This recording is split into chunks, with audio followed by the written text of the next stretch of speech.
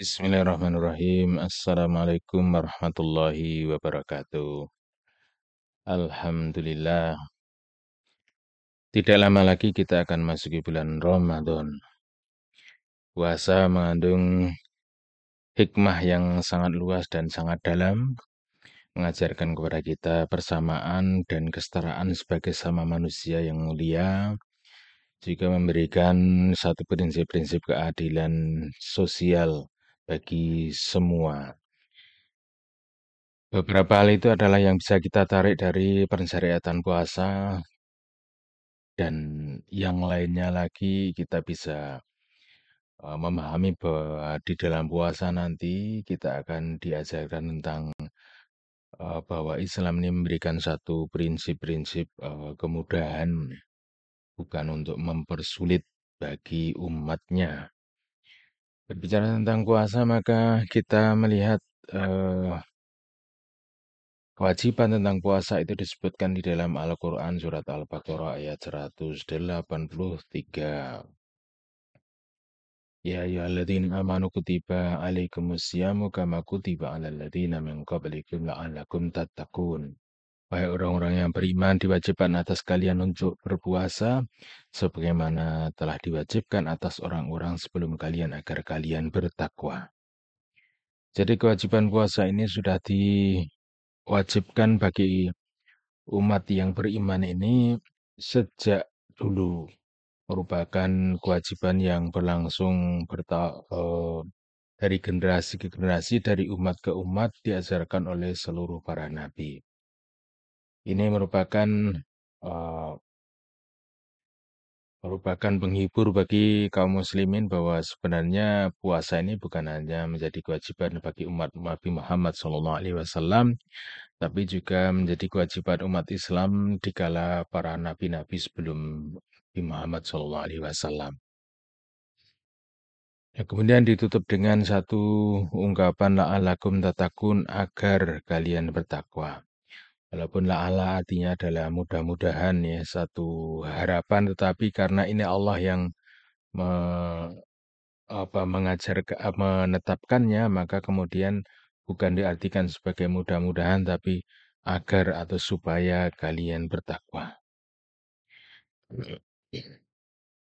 Puasa yang diwajibkan bagi orang-orang yang beriman ini ditetapkan hari-hari yang tertentu, tidak setiap hari atau sembarang waktu dilakukan. Sehingga disebutkan di ayat berikutnya, ayam ma'dudat, hari-hari yang telah ditentukan. Nah, hari-hari yang telah ditentukan ini yang dimaksud adalah puasa Ramadan. Jadi puasa di bulan Ramadan. Nah, puasa di bulan Ramadan ini ditetapkan setelah hijrah. Jadi tahun kedua dari setelah hijrah. Nah, pada saat itu kaum muslimin mereka biasa berpuasa pada hari Asyura. Atau sebagian para ulama menyebutnya adalah kewajiban puasa waktu itu adalah Ayamul Bait, ya. Tapi yang lebih umum dikatakan adalah pada puasa Asyura.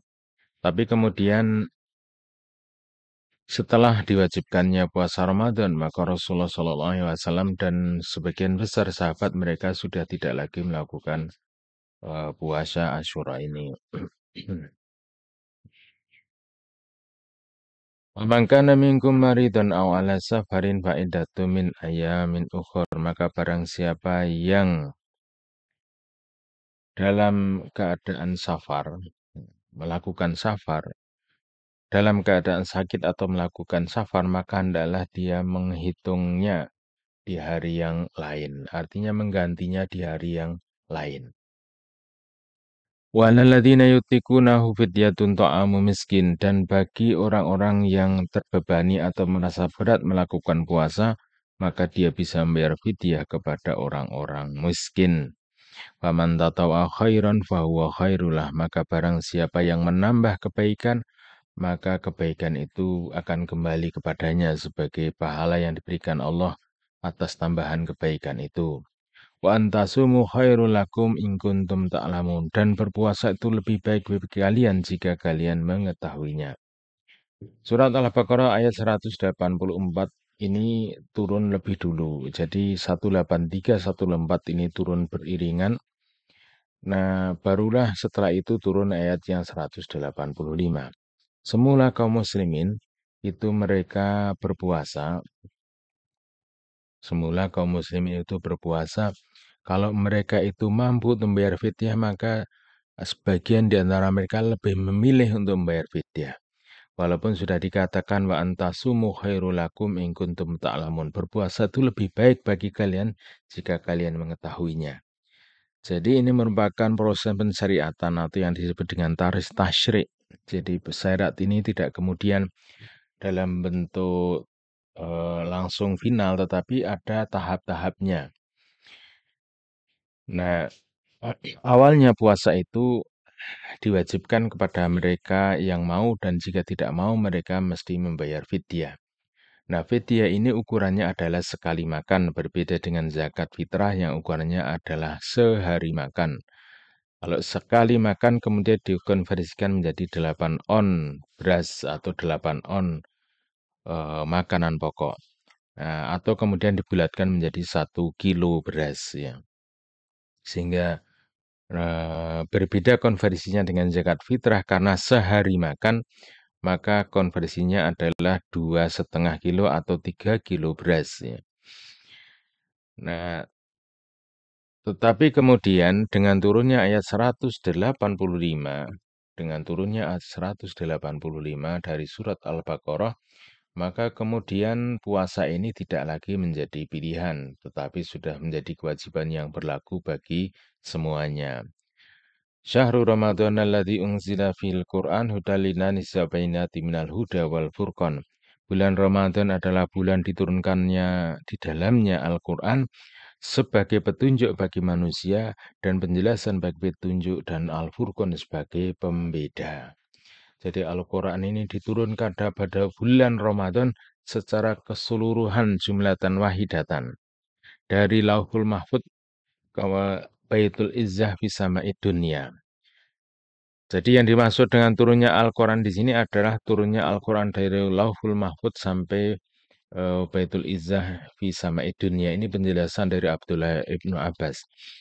Nah, kemudian diturunkan secara berangsur-angsur ke dunia, secara berangsur-angsur sedikit demi sedikit, disesuaikan dengan situasi dan kondisi sehingga memudahkan pemahaman bagi para sahabat ketika mereka mencatat kembali Al-Quran, menuliskan Al-Quran, maka berbagai peristiwa histori di belakangnya, sebelumnya atau setelah turun ayat itu melengkapi pemahaman para sahabat terhadap Al-Quran. Nah, diturunkan di bulan Ramadan ini sebagai satu kemuliaan dari bulan Ramadan. Oleh karena itulah di bulan Ramadan ini kemudian kita berusaha untuk membaca Al-Quran, menghatamkannya, atau mungkin melakukan murojaah hafalan-hafalan kita yang selama ini tidak pernah kita cek apakah betul ataukah tidak. Kemudian juga mengulang kembali hafalan-hafalan yang kita miliki apakah ada yang terlupa. Nah, ini penting sekali kita lakukan supaya hafalan ini tidak secara eh, berubah tanpa kita sadari. Kadang-kadang karena lama tidak pernah dicek dengan tulisannya, maka kadang-kadang ada keliruan tanpa kita sadari. Waman syahida minkum syahra falyasumhu, maka barang siapa yang menyaksikan bulan itu maka hendaklah dia berpuasa. Nah, dengan potongan ayat ini menjelaskan bahwa puasa ini berlaku bagi setiap orang yang beriman, setiap muslim yang sehat dan yang mukim, ya, yang sehat dan yang mukim, karena orang yang sakit dan orang yang dalam perjalanan dia diberikan rukhsah untuk tidak diberpuasa pada bulan Ramadan, walaupun kemudian memiliki kewajiban untuk melakukan puasa di hari-hari yang lain atau di bulan yang lain. Ketentuan tentang orang yang sakit dan orang yang melakukan safar untuk tidak berpuasa ini tetap diberlakukan. Faman kana minkum maridon wa man kana maridon aw ala safarin fa iddatun min ayyamin ukhra. Maka barang siapa yang dalam keadaan sakit atau dalam safar sehingga tidak bisa melakukan perjalanannya, maka hendaklah dia menggantinya di hari yang lain. Sehingga ini memberikan satu prinsip keadilan bahwa syarat ini berlaku bukan hanya kepada orang yang miskin saja, orang kaya pun punya kewajiban untuk berpuasa tanpa kecuali. Adapun tentang fidyah itu tetap diberlakukan, tetap diperbolehkan bagi orang yang memang tidak sanggup lagi untuk berpuasa. Misalnya orang yang sudah sangat tua, sudah sakit-sakitan sehingga dia tidak mampu untuk berpuasa, maka dia diperbolehkan untuk membayar fidyah. Demikian juga orang yang walaupun masih muda tapi sedang sakit, ya. Sakitnya itu tuh tidak bisa diharapkan sembuhnya dan memberatkan dirinya untuk melakukan puasa, maka bolehlah dia tidak berpuasa. Nah, kemudian bayar fidyah yang tadi hitungannya adalah 1 kali makan. Nah, ini prinsip yang memberikan keadilan bagi semuanya bahwa syariat ini tidak kemudian membeda-bedakan.